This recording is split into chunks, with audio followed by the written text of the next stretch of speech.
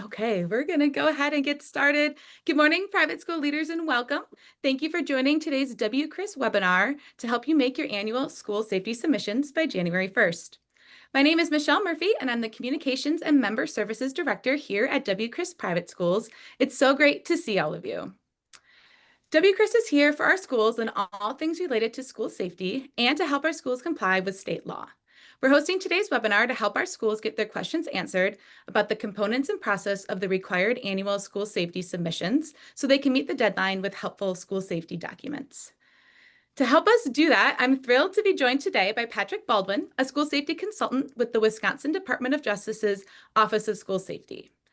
Patrick has retired from the Las Vegas Metropolitan Police Department, where he was the Director of Analysis and Deputy Director of the Southern Nevada Counterterrorism Center. He now lives in Wisconsin and has 2 students in one of our private schools. I'm also thrilled to be joined today by Deputy Director of the Office of School Safety, Sue Whitstone. We are so grateful for their time today, and the Office of School Safety has been a fantastic partner and resource for our schools. If you have questions during today's session, please use the Q&A function or chat function, and Patrick will be happy to answer your questions. If you'd like to ask a question anonymously, please use the Q&A function. And with that, Patrick, Sue, thank you so much for being here. We're so grateful for you and your work, and I'll turn it over to you. Thank you, Michelle. Good morning, everybody. So thank you for that kind introduction, Michelle. Yes, our private school partners are very important to us, and I've been looking forward to this presentation. I know we get a lot of questions this time of year, so we'll get started. So what we're talking about today is Wisconsin State Statute 118.07. That is the state statute that requires you to submit by January 1 of every year, 5 unique documents: blueprints and maps, school safety plans, school safety assessments, school safety training, and school violence drills. I'm going to go over each of these and discuss them, not at length, but just give you an oversight. And if you have any questions, we can talk about those. So the first requirement is blueprints and maps. And for those of you questioning, some of you that are new and you're questioning where do I put these, we're going to talk about that in the couple final slides, and we'll talk about access issues and things like that. But first, we're going to talk about specifically the state statute. So the state statute is written as such that blueprints and maps of each school building or facility, it could be bus barn or things like that, are to be submitted to the Office of School Safety and to local law enforcement. So that we gave out digital mapping grants for the last couple of years, which really helped the quality of blueprints and maps. I've seen a very disparate quality of submissions in this. I've seen video or photocopied of original blueprints of school buildings for like the last 30 years that you can barely read. I've seen things that have seriously looked like they've been drawn on cocktail napkins. And then I've seen fantastic like CAD maps that maybe drafting or an engineering class has done for schools. And then, of course, our Act 109 money that we gave for digital maps, which are very nice. A digital map is not required to be submitted, so clarity and readability are important.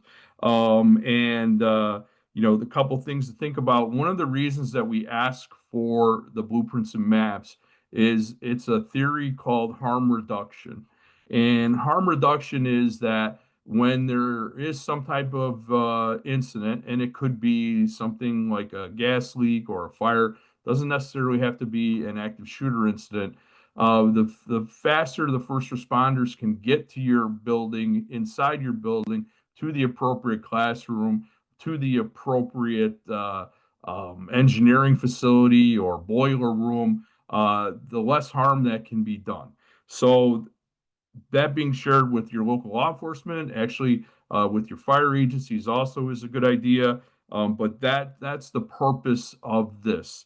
And so some of the best practices of this are classroom numbers clearly outlined on the map, entrances and exits clearly numbered on the map, north, south, cardinal coordinates clearly marked on the map. So if you do have people that aren't familiar with your building, it is easier for them to navigate internally in the structure. So for the state statute is written by, typically it says regularly occupied by students. So if you are a parochial school and you have a church sanctuary attached to your school building or across the parking lot or anything like that, it is probably also a good idea to submit maps for that church sanctuary also. So we'll move along from that. Safety assessment. Again, safety assessment is required for each building regularly occupied by students. This is an on-site safety assessment, typically of your interior and exterior physical structure. We liked it to be done in concert with law enforcement, with a local law enforcement agency, a local PD and or a sheriff's department are fine. There are plenty of tools available. And one of the most frequently asked questions I get about this is, what format does it have to be?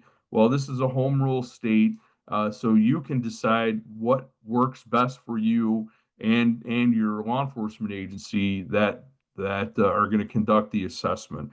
There are forms on DHS CISA, the Cyber Infrastructure and Security Assessment tools. They are very nice self-assessments. The issue with a self-assessment, just as you all are not your own doctors, it might not be best for you to say that everything is really going great with your physical security also. So if you do a self-assessment, which is fine, please have it reviewed by a law enforcement agency or do the assessment with them. They have nice forms. They have you can sit at a computer and upload things in real time. That is a very nice tool. These self-assessment tools can be very nice. There's also an organization that we partner with in the state of Wisconsin called WSCA, and there is a link to their page at the end of this presentation where WSCA is a pay-for assessment. I see their assessments quite often. I do not know what the charge is for each school building, but they do very comprehensive assessments. And typically, when I see one, I know it's been professionally done, and it gives me a guideline because I do read the assessment, and I'll tell you why I read the assessment as we go to this slide. I read the assessment because in a planning process, the safety assessment or the site assessment really should be the first step of the planning process. Um, the why is what are you writing a plan on if you haven't done a site assessment? Meaning that there's some context and there's some things that you will learn in your site assessment that should be addressed in your school safety plan. For example, maybe you have some locked door issues, or you have vestibule issues, or you do not have a visitor protocol that would help you with entrance and exit of visitors and things like that. So the planning is a reiterative process. And so going through these requirements, you're required to have a new site assessment, safety assessment done every 3 years and reviewed by your school board, just as the safety plan is a 3-year requirement also. So, as you can see, they marry together. So the site assessment and the safety plan are on a 3-year cycle. Blueprints and maps, those need to be updated on an ad hoc basis. If you make some physical changes to your building, you add an addition, you change room numbers, then you would submit new blueprints and maps. But I will say, because I do this, this is my job as the state statute 11807. There are the confusion lies in this. The 3-year cycle, the ad hoc cycle, drills and training or yearly requirements, those are for that products. The submission process is all of these submissions need to be every year. So if you had a safety assessment done last year, submit it because that is what is required, but there needs to be no changes to that safety assessment. So that is a 3-year cycle, but all 5 documents must be submitted by 1/1 of the new year. So this year due by 1/1 of 2026. So that is very confusing.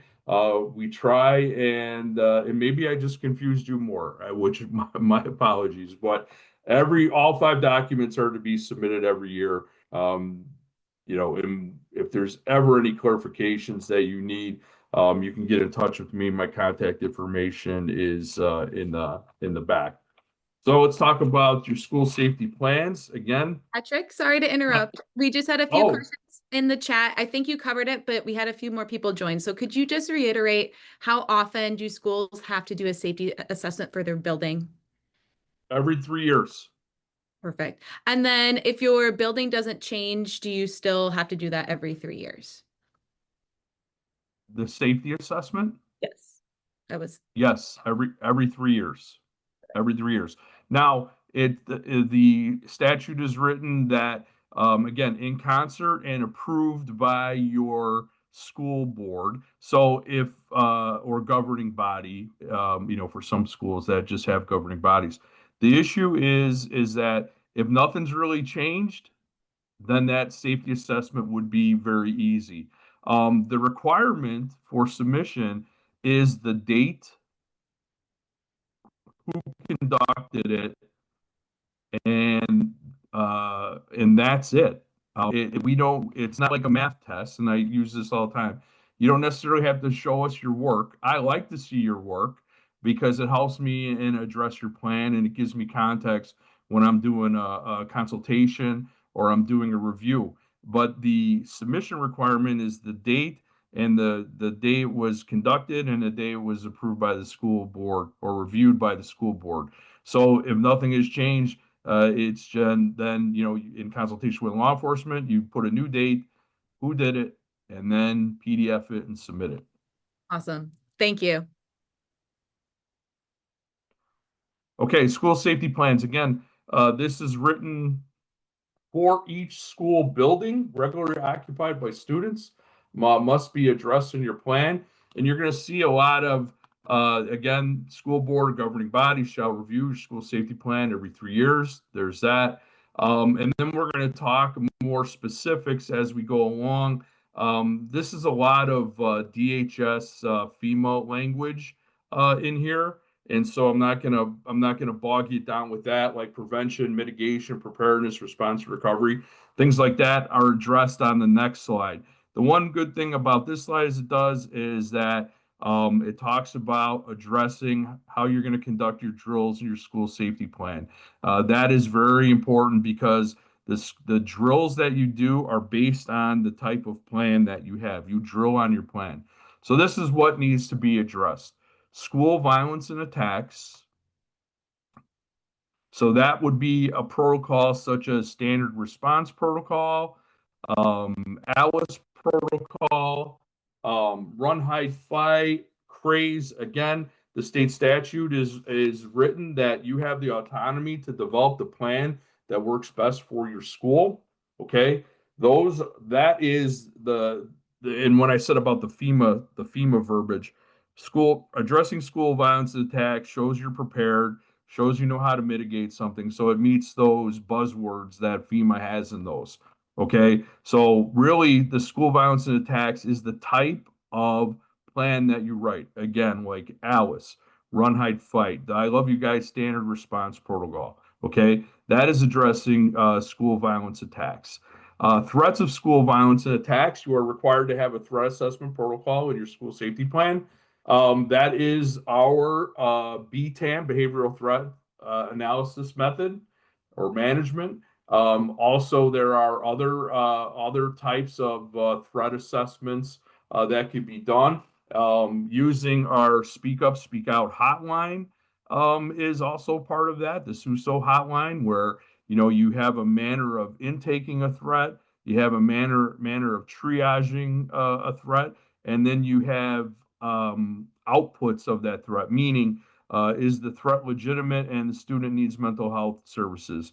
Is the threat legitimate and the student needs law enforcement intervention? Is it legitimate that the student needs some type of disciplinary action within the school? Or is the threat bunk? So you need to be able to intake the threat, triage the threat, and then have some outcomes with partners, either mental health professionals if you do not have them internally, if your religious order or your private school network has these mental health components, and things like that. So that's what we're looking for. So here's your traditional plan: bomb threats, fire, weather-related emergencies. Everybody is very proficient in that. Intruders, how you address intruders. Do you have a visitor protocol? Um, do you have a policy on locked doors, which I can never stress enough how effective a locked door is, internal and external doors constantly being locked. The other one that you're required to have is a parent-student reunification plan. The deputy director had me look at in 2023 how many school safety plans had parent student reunification.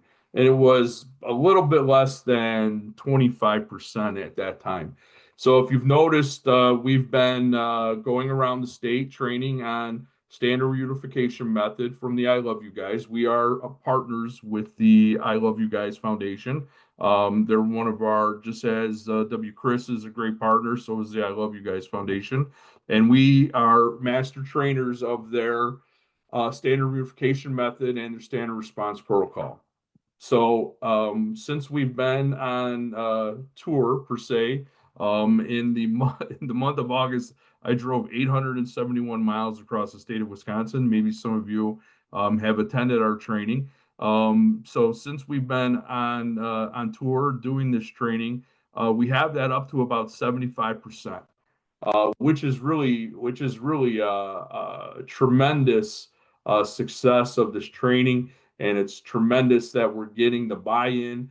Because I will tell you, there's harm reduction, there's trauma reduction.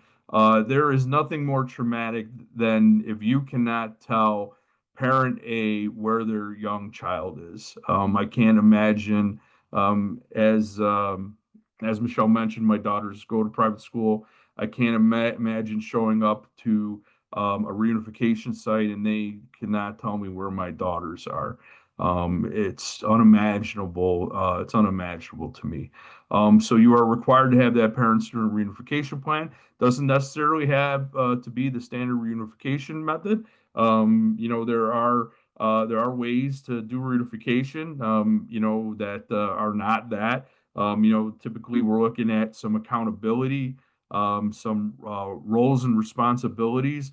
And that leads me to a thing. I see a lot of templates that are submitted by schools. They downloaded a template, they changed some names, and that's their submission. The issue that I have with templates being submitted is that, again, I don't know how your school is going to accomplish this because there's no roles and responsibilities assigned in the reunification plan or an active threat or an intruder. There's no, besides no roles and responsibilities, there's no action items. So they're just generic. Yeah, do they meet the requirement of submission? Yes, you met the requirement of submission. Are you better off and better prepared? Absolutely not. Because if something were to happen, then you rely on that plan. That plan does not have, like I said, any action items, roles, responsibilities, who's going to do what, where we're going. So templates are fine.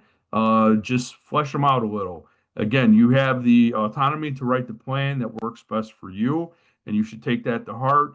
It doesn't have to be, the exact template, but make it work for you. Okay. You're also required to have threats to non-classroom events, including recess, concerts, athletic events, and also other extracurriculars.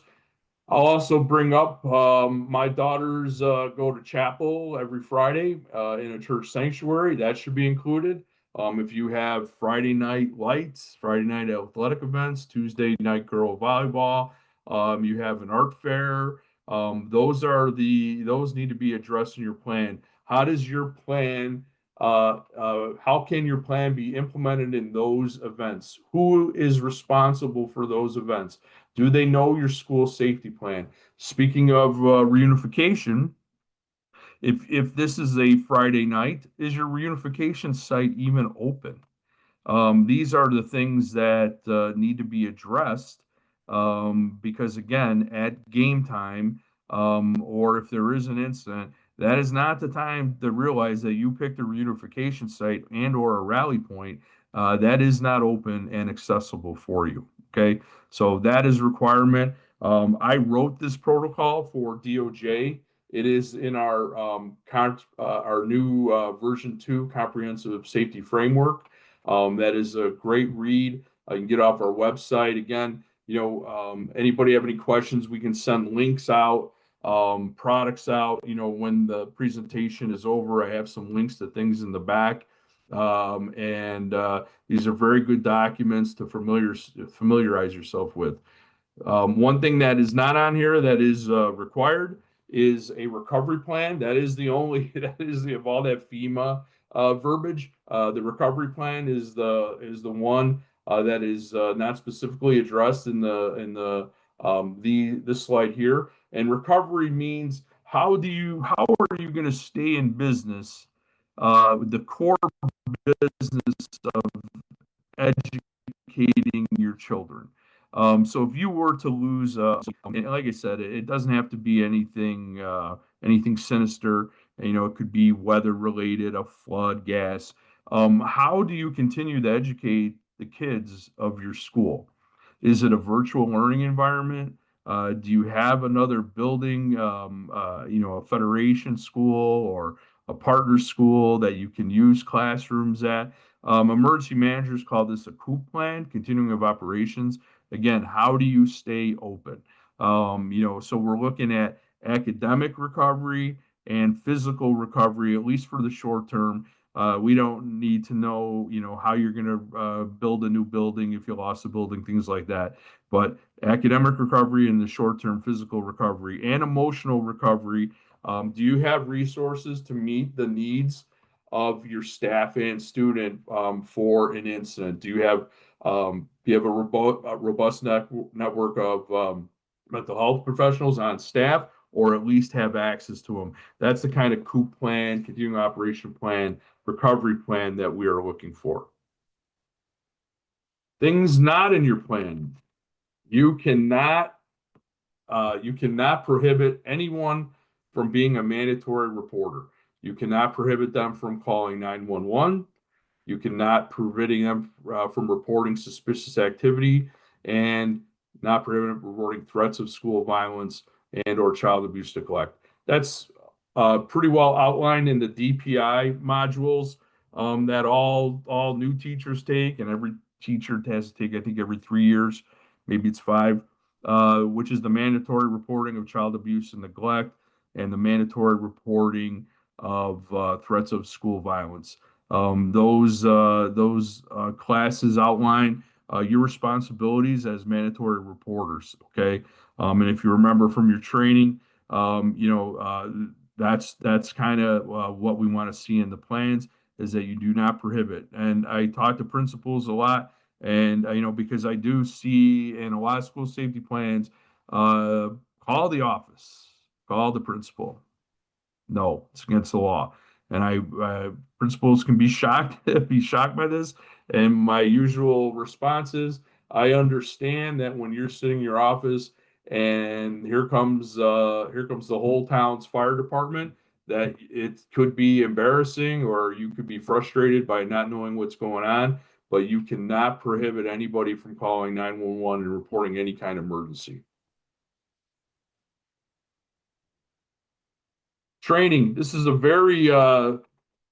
probably the easiest submission to get.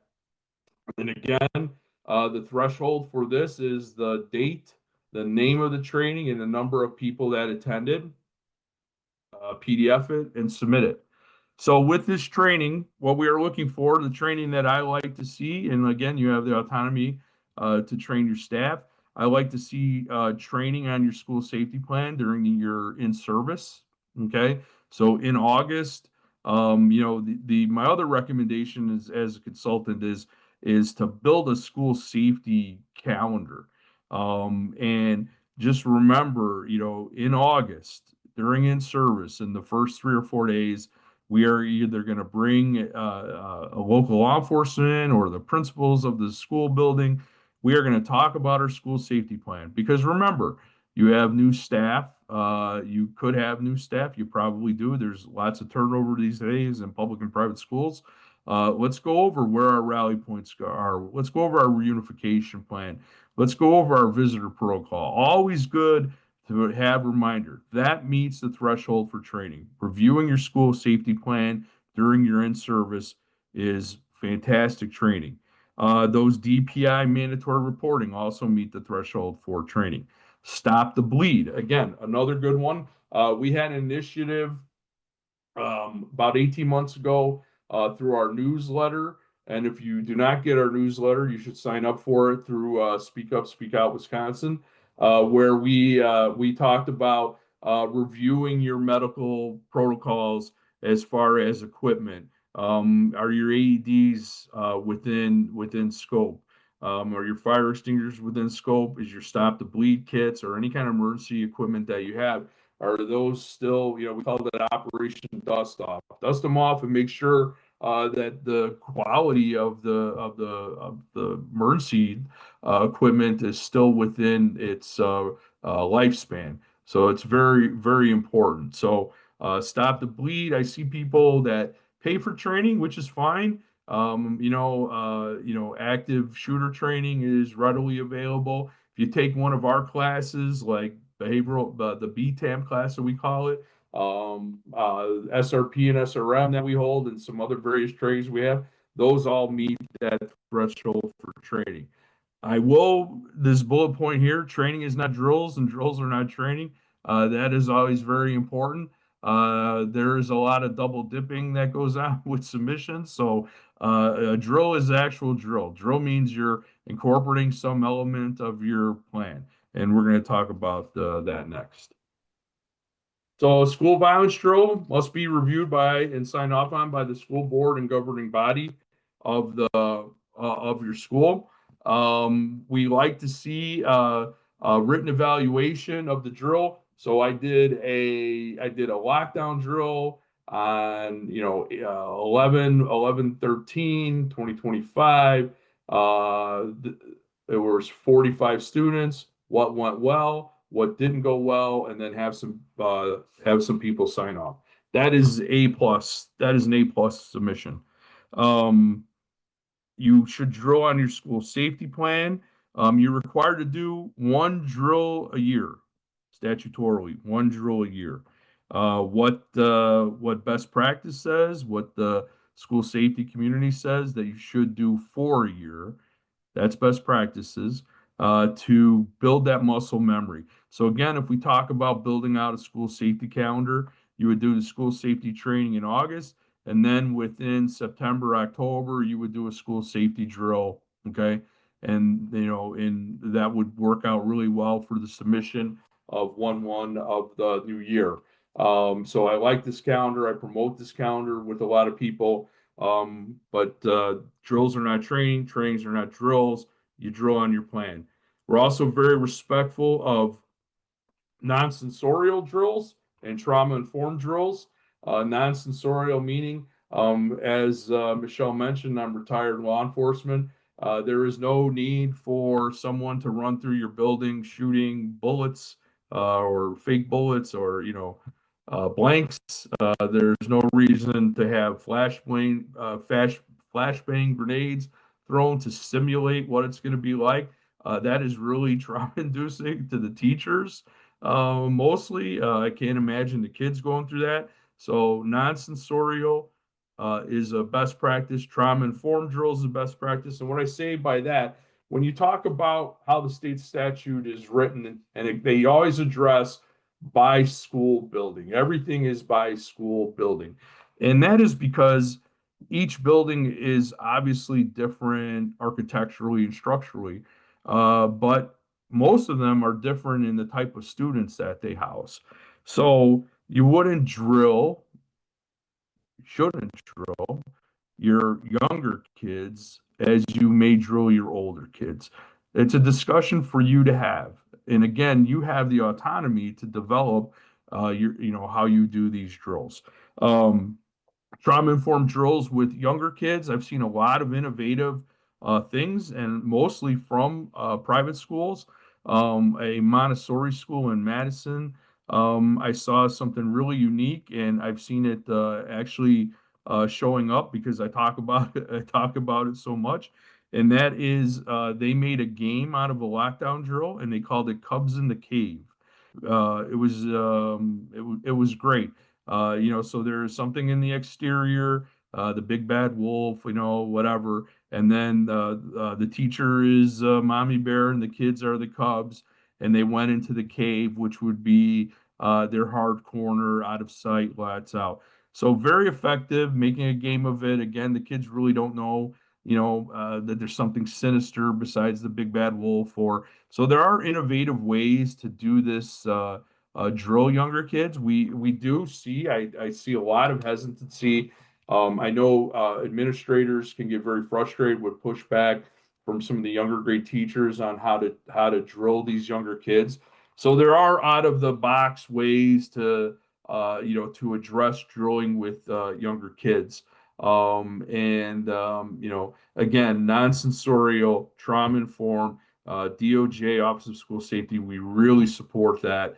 These are very hard, difficult conversations to have with a lot of people. And so we're very respectful of working with anybody that asks for help on how to achieve the proper method of drilling any type of special populations. And again, your school safety plan should address these population, physical limitations, autism, things like that. How you evacuate that student is probably not how you evacuate the general population. So special populations within your school should be addressed in your school safety plan.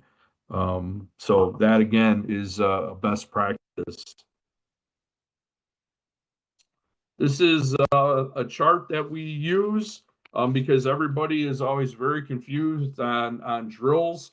I hope you can see this very well. We get a lot of fire drills submitted to OSS. Thank you, but we do not really need your fire drills. Your fire drills are to be submitted to the local recognized fire department on an annual basis. Tornado drills, there's the form that is mentioned here, SBD 11. I see that submitted a lot. So with the laundry list of all the drills you've done with a lockdown drill, that's okay. It's not really what we're looking for, where we like that drill write up. So, when I do an audit of a school and a review of a school, I mentioned that, let's build upon you submitting your lockdown drill. Let's not submit the fire drills in the log. Let's work on this, one-page document of, the name of the drill, how many kids, what went well, what didn't go well, and then signatures. So that's what we're working for. This is shareable. If you need this, you can see at the bottom the school violence event, and according with your school safety plan, one time annually. Okay. So, the other safety incident can be like a hold. Some people that, maybe something in the cafeteria, something goes wrong in the cafeteria. You have a sick student, things like that. That is safety. Okay. And then it's got the allowable substitutions above it. So we share this a lot. I have to thank Deputy Director Whitstone for this. She took the time to put it all together because we are very cognizant that this state statute at times can be as clear as mud. So this is one of the reasons that we like to do these presentations is to demystify the submission process. So here's probably one of the biggest demystifiers is where do I put these? Well, each school and or district, which we don't have districts here, has a school safety folders on our SharePoint site. You can get access to the SharePoint site at that school safety at wisdoj.gov, or you can email me. I can also give you access to your school safety folders. Losing access is not uncommon, and I'll talk a little bit about that. But we have 5 folders in there with yearly subfolders in each of those, and you submit into the most recent folder.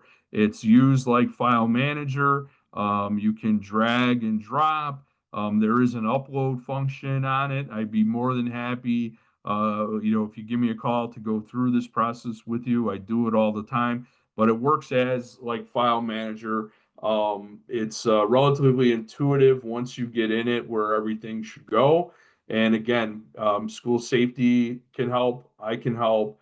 More than happy. This is again, when we talk about demystifying the whole experience, this is a big issue with it.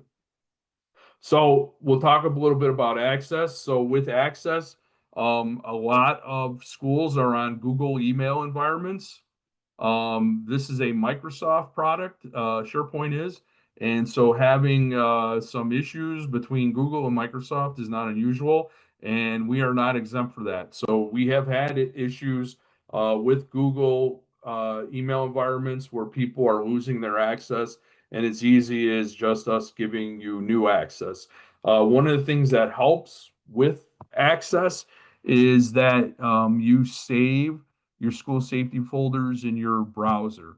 Whatever browser you use, it's either favorite or bookmark. And when you save your school safety folders, that's half the battle because the access link we send you is dead as soon as you log into your school safety folder. So that goes a long way. So just to recap, each of you has your own SharePoint site, okay, that we maintain. We will give you access. It has your folders already set up, blueprints, maps, safety assessments, safety plans, violent drills, school safety training. Remember, each of those is to be submitted every year, even though there have been no changes to your maps. Your safety plan and your safety assessment are within the 3 years. They need to be resubmitted. Violence drills and school safety training are yearly requirements, so those always have to be submitted. If you use Google, it might not be unusual for you to lose access, and we will be very responsive to give you your access back. It's one of the things that I prioritize when I get an email. When I get an email that someone has lost access, I typically respond within the half hour. Because honestly, if you're putting in the effort to start submitting, I'm going to put in the effort to get you access right away because I'm very respectful of your time and how busy you guys can be. One of the other things is please do not add extra folders in there. That kind of breaks the system for us when we run analytics. So don't drop and drag, an extra folder in there of what you've been keeping and think that's submitted because that just causes more work for us to go through that folder and then put them in the right place. And I do a quality assurance run every morning and to see who has broken her stuff because it's built the program runs built on the correct file structure, which is those 5 file folders. So please do not add subfolders. And again, if you have any questions, school safety at wisdoj.gov, or you can direct them directly to me. Now we will get into the question portions. Michelle? Wonderful. Thanks so much, Patrick. We do have a few questions that I'll start with right away. First of all, a lot of our school leaders are wondering if they could get a copy of this presentation. Would that be possible? I defer to the deputy director. Yes, absolutely. If that would be helpful in any way, we would love to be able to share this presentation. Wonderful. Thank you. Yes, I've had a few questions about that, so we'd really appreciate that. Thank you both. Okay, so like I said, we do have a few questions coming in. I'm just going to start from the beginning. So, first one is about around the safety assessment. So you had said that needs to be submitted every year. Does that need to be reviewed by the board every 3 years or still reviewed by the board every year? Reviewed by the board every 3 years. Okay. Okay. Great. And then kind of a follow-up to that, what documentation is best practice is to submit for law enforcement safety assessment the school had done last November? If it was done last November, did they use a form or did they just, if they just did it and you have nothing, you don't have the work, okay, then you can, like I said, open up a Word doc, put the date, school safety assessment was conducted with Jefferson County Sheriff. Sue and I live in Jefferson County Sheriff's Office, and then that will meet the requirement. If they gave you a form, like I said, I like to see it because I'm doing the school safety review, and so it helps me when I review your plan. What the assessment found. Okay, so I like to see it. It's not requirement. It's more of peculiarity, I guess, of how I do things. But I like to get, being retired in law enforcement, I have a lot of respect for their opinion. I like to see what they said, that the vulnerabilities are. And if I can add, sorry, Patrick, I said I wouldn't, and Michelle, I said I wouldn't do this, but maybe I can give you a break. Patrick, thank you for doing a good job. And maybe I can give you a Oh, break you're good. to drink some water. If you do have any structural changes during that time, in between that times that you've made submissions for those assessments, that is a good time to have assessments or any changes to any of those 5 documents, have those updated and have your school boards or have whomever is reviewing your documents review them again. These are living documents, as Patrick has said. Those are good times to have them review those, and then you're being proactive for the next time that you update your documents on and submit them on January 1st.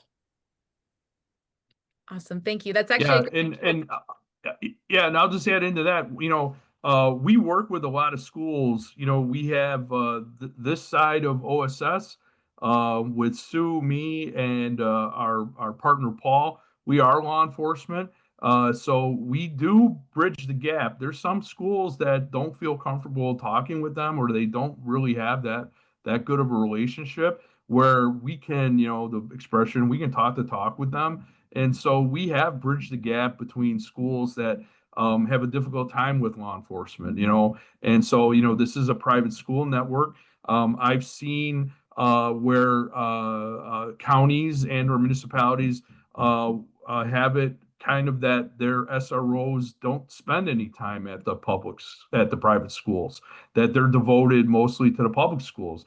But I've also seen where they are very good partners with the private and public schools. So we are a resource for that. And that relationship is very important to you, and we get that. And like I said, we can help if you have a poor relationship or don't have any relationship. Please turn to us and let's see what we can help you with that.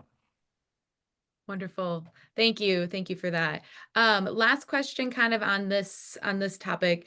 Could Patrick please review what needs to be board signed of the 5 categories? Well, it's the safety plan and the drills are the ones that need signatures. Review is the safety assessment. Actually, all 5 documents probably should be reviewed. Okay. Signatures are plans, safety plans, and the safety drills. That's what required for signatures. But I will tell you, and not to let anybody off the hook, but if your plan is so deficient in those elements that I mentioned, like you don't have a reunification plan, you don't have a threat assessment protocol. I cannot really discern how you are keeping your kids safe. I do not worry about signatures. I work with you on making your plan better. This state statute is written like that. But I've had tons of leadership and management training throughout my 27 years. The only thing I ever learned was you want to be right or you want to be effective. Okay. So the right thing to do would be to say, hey, you need to get this signed. The effective thing to do is to work with you on making that plan better to keep your kids and your staff safer. Thank you. And I actually just got a follow-up question to that. We receive a large document from our law enforcement. When we have our board review that document, do we just write on the document reviewed by board and then the date and scan that document into SharePoint? Or is there another way we should be documenting when we present that to the board? No, that'll work. That's fine. That's fine. Like I said, we're not trying to, this is not a punitive process. We're not trying to create a lot of work, that works 100%. Yeah. Great. Awesome. Thank you. Okay, another question on the signature before we get into some other ones. The signature on the safety drills has to be the school board chair. Is that correct? It doesn't necessarily say a position, it just says the board or governing body. So I believe a member would suffice. I am on my local school board, and I do not sign it. Someone else signs it, but it doesn't specify that it has to be the chairman. Okay, great. Thank you for that. Okay, next question around training. Can we get more information about the training available for I Love You Guys reunification process? Yes, they can send me an email. We have not at this time. This is something that Sue and I are working on. We have not scheduled 2026 training yet. We have some staffing issues right now. Our partner that we mentioned, Paul, has been deployed in the National Guard until May. SRM and SRP takes at least two people, if not three, if for bigger audiences. So we're trying to figure out how we're gonna do it coming up. So stand by to stand by. But I will tell you what we are doing is that we are taking names and requests and we are keeping a log. So we might be doing a regional thing, where we go into regions that we haven't been. Like, for example, we haven't really been in the La Crosse area in a while. So, with the limited resources, we might, but we're working through this. But I am keeping track of requests. Awesome. Thank you. And I just want to note on that for the school leaders on the call, we do put those trainings from the OSS and our important dates in our weekly newsletter that comes out on Thursdays. So just keep an eye out for those two as those are scheduled. Yeah, Okay. everybody takes that training. They're just blown away. One about how far they've come or how far they have to go. Because it's a very complicated process. So again, a lot of the reasons that we do these presentations like this, we try to demystify everything because it can seem really overwhelming. And that's the same thing like when I do the consultations if your plan is so deficient that you're missing all the elements, well, let's just pick one. Let's just pick one. You prioritize what you want to work on, and let's knock off one. And then the summer, when I talked about building out that schedule, the summer is a great time to start rewriting your plan, or spring, and working on that. So this calendar that I suggest can be very effective in managing the submission process, but it's also very effective in as a tool to improve your school safety environment. Thank you for that. Okay, next question. So I understand the drawbacks of downloading a template for the safety plan and just changing some of the information. Is there a list of requirements needed or a template that we can follow to create a proper safety plan? Well, if you use that slide, that second slide besides the FEMA buzzwords, those are the requirements for every school safety plan. So it starts with a threat assessment protocol, parent-student reunification, non-classroom event protocol, and a recovery plan. Okay. So those are the big elements. And I like, also within that, I would have a visitor protocol, and things like that. But those are the main ones: threat assessment, parents reunification, non-classroom events, recovery, and some type of visitor protocol. That'll go a long way to help you out. And that's on the one of the safety plan side, the second school safety plan side slide. Great. And yes, thank you again for being willing to share that information with us. We'll email that out to the leaders on the call today. So now we're on to training. Is the CPR AED training, would that be included under this halo of the required training? Yes, medical training. Yes, absolutely. Wonderful. Thank you. That one is easy. Next one, oh, go ahead. I don't want to cut you off. Oh, I was going to say, having your AEDs on your map is always a good idea. Also, where your medical kits are on your map are always a good idea. I see a lot more of these life vacs, for little kids that, for choking, so designating those on your maps, although not a requirement, that's a good idea also. So, I mean, we get questions, honestly, Michelle, we get questions about everything. So we did some we had some AED questions, and the AED deployment is based on how long it takes to get to the location where the AED is needed. So there's no really specific location. It's a timing thing, because time is life-saving. So where your AEDs are placed would be on where you would need to deploy them and how quickly you would need to deploy them. Awesome. Thank you for that. Next one, now on drills. So we're just moving through the different components. I am still confused as the difference between a safety incident drill and a school violence drill. What would a safety incident drill entail?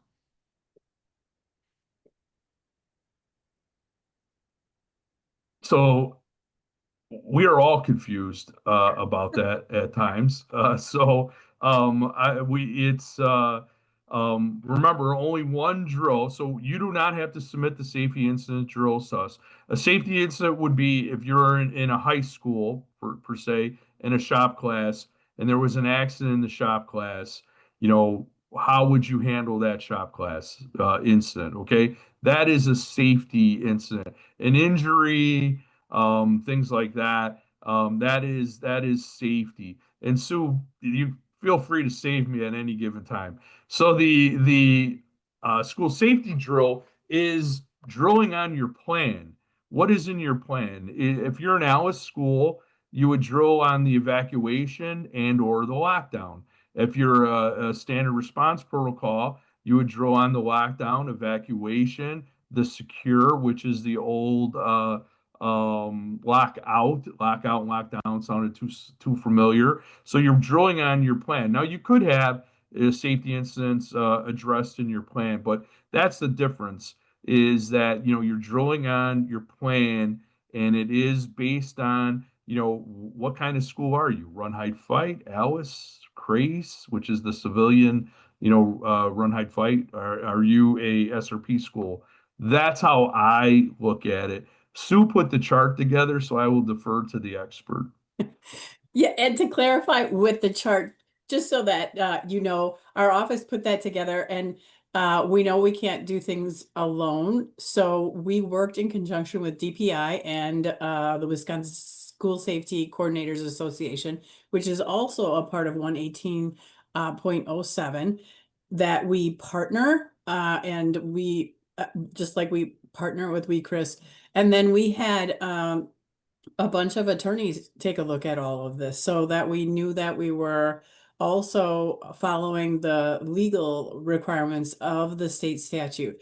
So when we look at the safety incident drills and the school violence drills, the difference between them is exactly what Patrick is talking about. You have safety incidents that look at all of those nexus, and those can include the incidents that can include the weather, the tornado drills, those types of things. And then violence can include the violence that can come into our schools that we talk about with our initiatives in the Office of School Safety. If a threat comes into your school, that can result from bullying or some of the things that we talked about with behavioral threat assessment and management.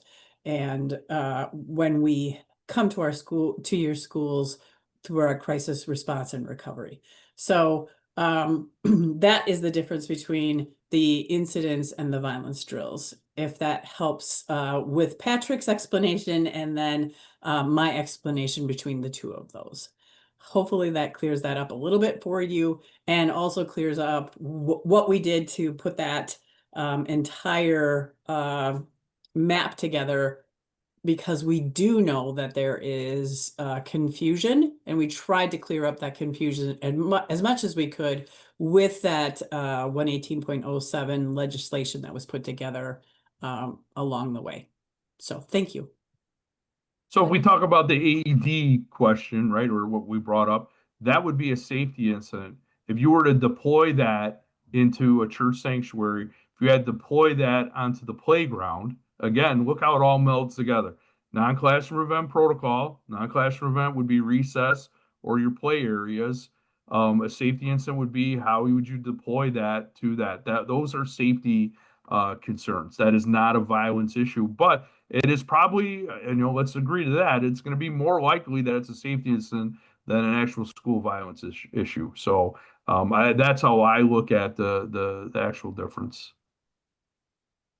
And then just a quick follow-up question to that. So for a month, we could have a fire drill and then an additional safety drill.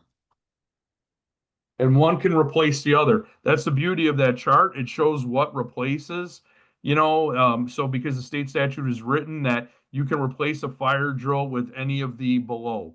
So you're not hitting 4 drills every month. Okay. So, for those that get this, this presentation, that chart tells what are the replacements for each. So you're not required to do all those drills, but there are acceptable replacements. Wonderful. Thank you. That I understand that is complex, but you did a great job explaining that. So thank you. And again, we are Oh, so I don't know about that, but I mean, like I said, it's confusing to us at times too. well, we appreciate you again being willing to share this presentation information with us afterwards. Another question that I was getting earlier this week on the submission process, should schools expect a new link every year, or should they just bookmark the link that they have? Could you just go over that process again? Yeah, no, you should not. Okay. The bookmark is your saving grace. So that bookmark, in theory, it's good forever. But these are tech issues, right? So like if we upgrade SharePoint, that could, we're still figuring this out. We're only a couple years into the SharePoint system. And so I worked with our IT with Microsoft to resolve some of this Google issues. Wasn't very successful, and so there was some upgrades suggested. But the correct answer is no, you should not request a new every year. I would just wait and see if you have lost your link. Bookmarking really, really helps. Like I said, we are cognizant of this. We have a meeting with our Sue and I have a meeting scheduled in January to readdress some of these issues. But no, you should not need a new link every year. Bookmarking, but if you do, we are more, like I said, we're very attentive to responding quickly to get you that new link. And I just love the way that Patrick said that, and that's exactly what we are here for. We understand that you have a lot of things in the school to do, and we want to be available to you to make these submissions. If you can start early, at least we know that you want to make these submissions. We want to be available for you to make these submissions. If you have a problem with the link, let us know. Patrick said he's going to prioritize it. We'll get that link out to you. There are updates on the SharePoint system. We will try to get that link to you. We are prioritizing it. Get it to you. Hopefully help it work. It's just kind of like our phones. If there are updates, it might not work, but we're going to prioritize it. We're going to get it to you, help you to get those submissions in. We're teaching you how to do it. And reach out to us. That's what we're here for. That's what we've always been here for. We want to help. Patrick wants to help. I want to help. Our office wants to help. And your engagement today is amazing. Don't just wait to reach out in instances like this. Reach out all year. I have to tell you, Patrick has just done an amazing job. The number of submissions is increasing as we come to the deadline January 1st, but we are here all year round, and just keep reaching out, and I'm so happy that you're able to meet Patrick here today and talk about us in your meetings and things like that, because we are here to help. And as you can see, Patrick is here and I am here, and we will send out this information for some of you that have been busy doing other things, important things in our schools. I also had my children in Jefferson County attend a private school, and right now they're doing very well in college. And I cannot thank all of you for everything that you're doing all day. So thank you, everyone, for everything that you're doing. We will send out I see there's additional questions here. We will send out this, and we will send out our contact information. So please reach out. I didn't mean to, hijack this whole entire conversation, but I see that the continued questions coming in. Yes, we will definitely send out this PowerPoint. Wonderful. Well, Sue, thank you for the fibs about me. But it did jar something in my big head. If you miss the 1/1 of 2026 deadline, the state statute doesn't have any recourse. It's not like, nothing's going to happen, right? So if we understand that that date doesn't really fit the school year, it might be it's a legislative thing. But if you can't get your stuff in by then, yes, thanks for jogging my memory, Sue. Submit, submit, submit. It's never too late to submit. Never. We cannot help you unless you submit your plans and drills and things like that. So always submit. I'm not saying that don't make the best attempt to get it in by 1/1 of 2026, but if you miss it, February 1st is just as good. Okay. So keep going. We had 700 submissions this week. We ended last year at 15,317 or something like that documents submitted. So, we pay attention to this, but just, like I said, 1/1/2026 is the target. But if you can't, submit, submit, submit. Thank you. You took that last question for me. I know we're over time, but I also just want to underscore the importance of I'm good. submitting. I know sometimes the office gets open records requests for some of that information. So it's always Yes. important for all of our private schools, even if you miss that deadline, to please submit. Oh, and Sue answered that question. Yes. And I'll just read it out loud too. Someone had asked, can we start submitting on SharePoint now? Yeah. Oh, yeah. Yeah. And could you say too, when does it open if schools are doing It's their always open. It's okay. always open. Okay. It's always open. And you can always take a look at your items, and there's, like I said, it's like file manager.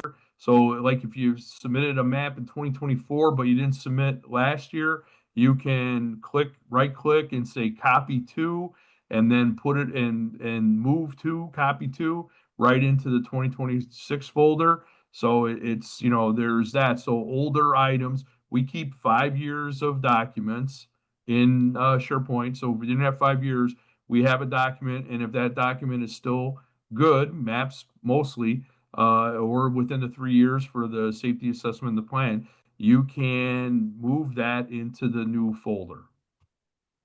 So it does have that functionality. Like I said, think of file manager, right click, you can move around stuff, relatively intuitive. Awesome. Thank you. If anyone else has any last minute questions, feel free to put them in the chat again. I know some of you are looking for some access to the folders, so I'll make sure Patrick gets that information and can get you up and running. And like he shared, they are there as a resource for your access to your folders, as well as just as a resource on your documents and what should be included, as Patrick so eloquently went through today. So with that, I'm not seeing any other questions. Patrick and Sue, thank you so much for your time today. And we look forward to sharing some more resources that you have to help keep all of our schools safe. So everyone, have a great rest of your day. Thank you, everyone.